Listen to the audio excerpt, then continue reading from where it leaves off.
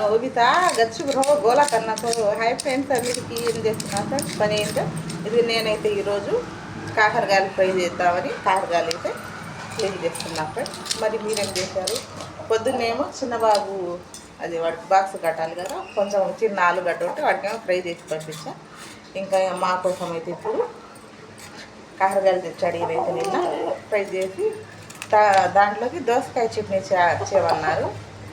మా దోసకాయ చట్నీ ఈరోజు మధ్యాహ్నం భోజనంలోకి కాకరకాయ ఫ్రై అండి మాది. మరి మీరేం చేశారు?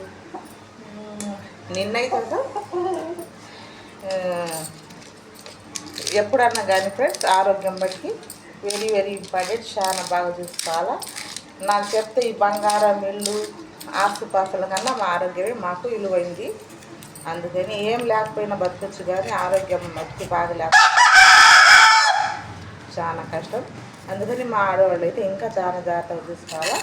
మేము ఇంకా మూలన పడ్డామా ఒక్క పూట ఇల్లు మొత్తం అసలు ఎట్లుంటుందో ఇంకా చూసుకొని ఎంతైనా ఆడవాళ్ళకి సాటి రారు. మగవాళ్ళ కంటే అలవాటు లేదు మాకు, ఇంకా దేవుడు పెట్టిన పని అదే కాబట్టి ఆడవాళ్ళు ఇల్లు క్లీన్ చేసుకోవటం, వండి పెట్టడం, జాగ్రత్తగా ఉండటం అలా అన్నమాట.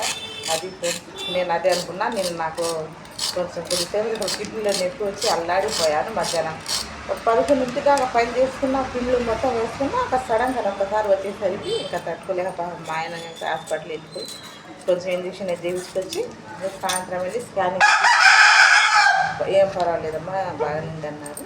నాకైతే అప్పుడు అనిపించింది ఎంతసేపు ఆస్తి గీస్తి కాకుండా మా ఆరోగ్యమే మాకు ఆస్తి అని నాకు అనిపించింది. ఆ తర్వాత డబ్బులు కూడా కావాలండి, డబ్బు లేకపోతే అసలు దేనికి పనికిరా.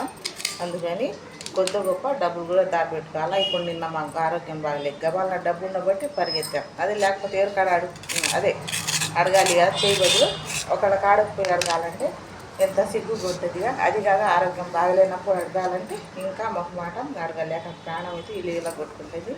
అందుకని ఫ్రెండ్స్ ఫస్ట్ మా ఆరోగ్యం చూసుకుందాం, తర్వాత డబ్బులు కూడా దాచిపెట్టుకోవాలి. రెండు మట్టుకు మాకు ఇంపార్టెంట్ విషయాలన్నమాట. ప్రతిది ఎందుకంటే మా ఆడవాళ్ళ మీద చాలా భారం ఉంటుంది.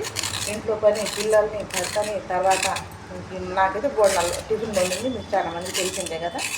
ఈ వర్క్ అంతా నిన్న ఆగిపోయింది. పిండి వేసుకున్న చట్నీ కూడా వండేసా, ఇంకా మొత్తం ఫ్రిడ్జ్లో ఎక్కడెక్కడ దాపెట్టాను. మళ్ళీ ఇంకా ఈరోజు అయితే అలా దయ వల్ల తొందరగా కోలుకున్నానండి.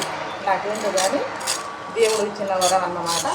ఒక్కరోజు బాగలేకపోయినా రెండో రోజు రికవర్ ఏదో తొందరగా తగ్గిపోయింది అన్నమాట. ఇమ్యూనిటీ పవర్ బాగుంటుంది.